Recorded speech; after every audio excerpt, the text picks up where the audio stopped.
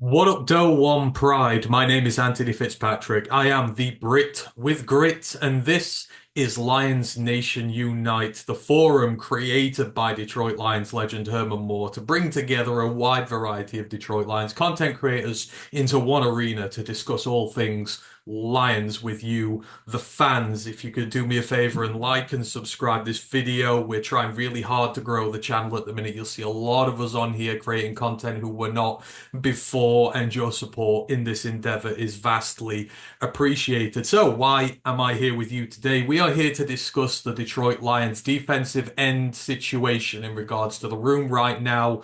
And in terms of the trade market, should Brad Holmes make a splash in this domain? Should it be big? Should it be small? It's a hot button topic at the minute, so we're going to dive right down into this. So, as you all know by now, the Detroit Lions defensive end room has been decimated by injury this season. We've lost both our starters who we bought in. Oh, well, one starter we bought in over the summer, Marcus Davenport. We've lost him to a broken arm, and he's going to be done for the rest of the year. And of course, the horrible injury to Aidan Hutchinson a couple of weeks ago with his broken tibia. Now, we may have him back for the Super Bowl, but at the moment, let's just assume that season over for him as it stands. And it's not just been the starters where we've been suffering as well. Obviously, we lost John Kaminsky just before the start of the season, which didn't help, although he's on the road to recovery, but we don't know when he's going to be back yet. And then even lower depth players like Nate Lynn, who was balling out in preseason, he is missing this entire year with injury. We lost David Barter, our German import, as well. So this is a room that's been very much affected.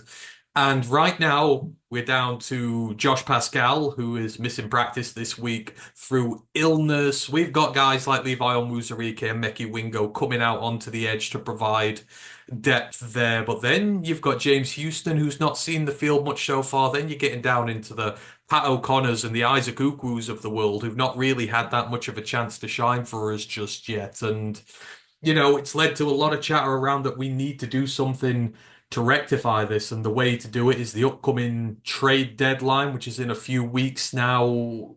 Speculation is rife that Brad Holmes is going to make a move, but to what degree should he make a move? How much resource should be put into this? We're kind of going to go through three scenarios here where we're talking the fors and against of a high level trade, a medium level trade, and then like a minor level trade or not doing anything at all. So let's dive right down into this. So, of course, right off the bat, we're going to go. So, if you're talking a high level trade, there are a lot of Lions fans out there who would like us to go ambitious in our replacement for Aidan as it stands. So for high level guys, of course, we're talking like Max Crosby from the Raiders, Myles Garrett from the Browns, Trey Hendrickson from the Bengals. Now, of course, this is going to cost both monetarily and in draft capital and does not fit with Brad Holmes' MO as it has been in his tenure here so far. However, you have to have the conversation. The very least we can do is have a conversation about why maybe we should do it and why maybe we shouldn't do it. So, in terms of the pros of going for a high level replacement for Aidan Hutchinson, obviously the biggest one is it opens our window now and fixes the biggest need on our team. We are a Super Bowl caliber team at this point who is missing one glaring, addition to this team, which is an elite edge rusher. We do tend to struggle when Aiden's not in there. And we need someone to step up in his place, and maybe they're not on the roster right now. I want to give you a quick quote by the Scottish poet Robert Burns. The best laid plans of mice and men oft go awry. And what this means, it was a poem that was written to a mouse whose house got plowed over by a farmer despite his most careful planning. And what the metaphor means is no matter how carefully you plan for the future, no matter how much work and effort you put in to your future, something can always come along and wipe it away. And one of the biggest pushbacks on us spending big on an edge rusher is, are we going to give away draft capital? We're going to spend money that we might not be able to use to re-sign some of our own players from the future. We effectively might wipe that away. But on the flip side of that, as I say, right now, you have to choose when to take your shot. It is all right having a large window to get to the Super Bowl, but playing devil's advocate here, all it takes is one of a few scenarios to happen. If we were to not go for a top tier edge rusher this year and just do with a lesser option and admit that we're going to go with not our strongest hand here and we don't get to the Super Bowl, that's fine. But if we get to next year, all it takes an injury to Jared Goff, an injury to Penei Sewell, a better team to rise above us. That there's always going to be something potentially stopping you from getting to the top. And when you are the best team in the NFL, which I feel like the Detroit Lions are at this point this year, sometimes you've got to know when to take that plunge. And if you feel like you're the best team going and you've just got this one last addition you need to make, then potentially that is a pro for going for this. You open your window now when your chance is at its strongest to go and get a Super Bowl. Before, might shorten your window longer term, but it gives you a better chance when you're a better team and you're in a better situation to be able to go to the Super Bowl and win it. Because that's what it is at the end of the day. You're judged on winning Super Bowls and you've got to go and get that. So that is the pro of going for this big guy now is for, just taking advantage while we're on top. Obviously, the cons to this, you are risking the careful build of the last 3 years. You may bring in this brand new edge rusher. He might get hurt in week one, in which case you're left with two injured edges and a very big bill and no draft picks left on your plate there, and you're on the hook for all this extra capital there. So it comes with risk, but it also comes with reward. Probably what you call a high stakes investment at this point. But certainly you can't just dismiss the idea of a high end edge rusher at this point and just say, it's not worth the future. The future's not guaranteed. Tomorrow is not guaranteed.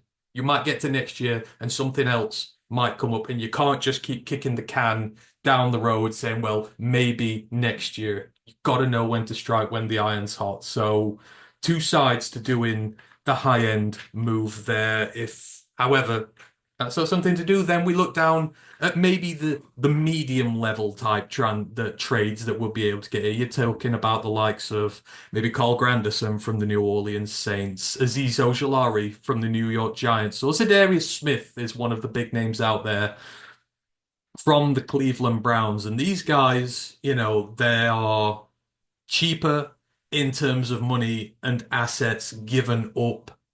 So that would be the pro for one of these mid-level tiers. So I say reinforcements for the room. You are not reducing your future capability by as much. Obviously, Za'Darius Smith is a vet. Ojulari is a rookie, but you've still got him on the rookie deal, and he's probably not going to demand the biggest contract when he comes to getting paid, but it's certainly not going to be along the likes of Crosby, Hendrickson, etc. And Granderson's already been paid as well. The Saints are going to have to take on a lot of his money to get him to leave, and you'll not have to give up as many draft picks to get him there. But the cons is you're going without a top tier edge for the season if you do this. Like Granderson has, he's like a 3 to 5 sacks a year guy. He had 8.5 in 2023.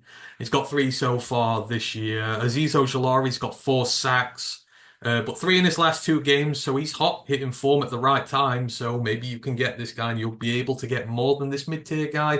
Za'Darius Smith is at 4 sacks this year as well. So you're going to get someone who's serviceable, who can maybe hold down one end of the bargain before Aidan comes back. But you're kind of admitting that you're going without a top tier guy going forward, and you're going to hope that the collective effort of everyone coming together is enough to replace Hutch with a serviceable guy to do that, who is not going to cost you the earth going forward. So, that those would be your mid-level guys probably you would go after there. And then the other option that you could do is you could do a minor trade or you could do nothing at all, which might annoy a lot of people. I mean, we've bought Isaiah Thomas in off the Bengals practice squad.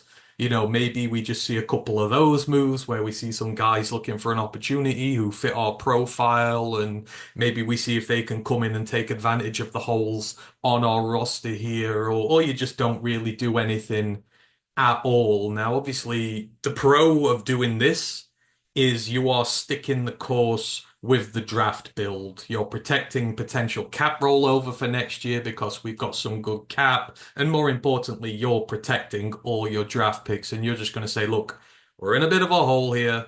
We're going to go for it, but I want to protect all my capital going forward to be as strong as we can be for next year. But then obviously, as I say, the cons with this potentially you're punting your season at this point. If this edge problem continues to be a big problem going forward and we can, we struggle to keep getting pressures and that's ultimately the thing that lets us down and get into the Super Bowl this year, you're potentially punting the season by doing nothing, and you're putting faith in the players here on the roster who haven't really produced to this point to date, despite the fact like Pascal and Houston having the chances, have still not really been able to grab that opportunity by the scruff of the neck. So, it's a wait and see, but ultimately you're just saying, I'm going to continue to draft and develop. I'm not going to make any rash decisions. If we get injuries, then we're just going to work through it, but we're not going to sacrifice anything extra to make up for these injuries. We're not going to do anything panic wise. So I want to know what you all think. Are you more in favor of going after a high-end edge rusher and, really going after this problem now and saying, look, this is our chance to do it. We want to go and get a Super Bowl right away and we want to give ourselves the biggest choice possible. Would you rather go for maybe more of a conservative one where we try and find a rookie sort of coming into his third, fourth year like Ojolari, potentially get him for a little less and a little less capital and bank on his upside, maybe turning into a star player for us on a better defensive line here? Or would you just stand pat, have a look, see what's on practice squad, try and find some high upside guys that you can bring in, create enough of a depth rotation to be able to serviceably get us through and hope that our offense is able to pick up the slack in terms of getting points if we're not able to put a quarterback down too often there. Three ways to go.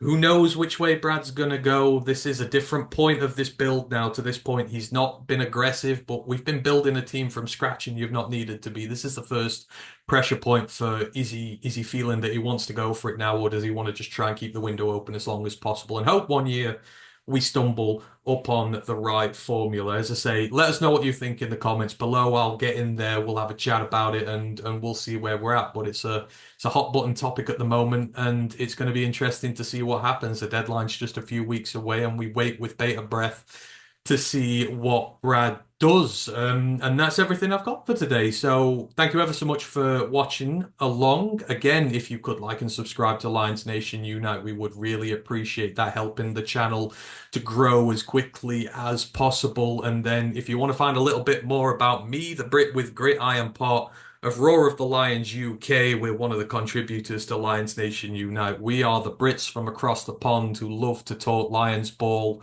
We go live on Mondays, Thursdays. We're live during the games, doing play-by-plays as well. So if you want to drop by and say hi, and I do a college show on Wednesdays as well. So you can find us at Roar of the Lions UK, part of Lions Nation Unite. So have a great day, everybody. And yeah, let's look forward to a great game at the weekend, and hopefully we can get another dub on there. See you soon. Bye.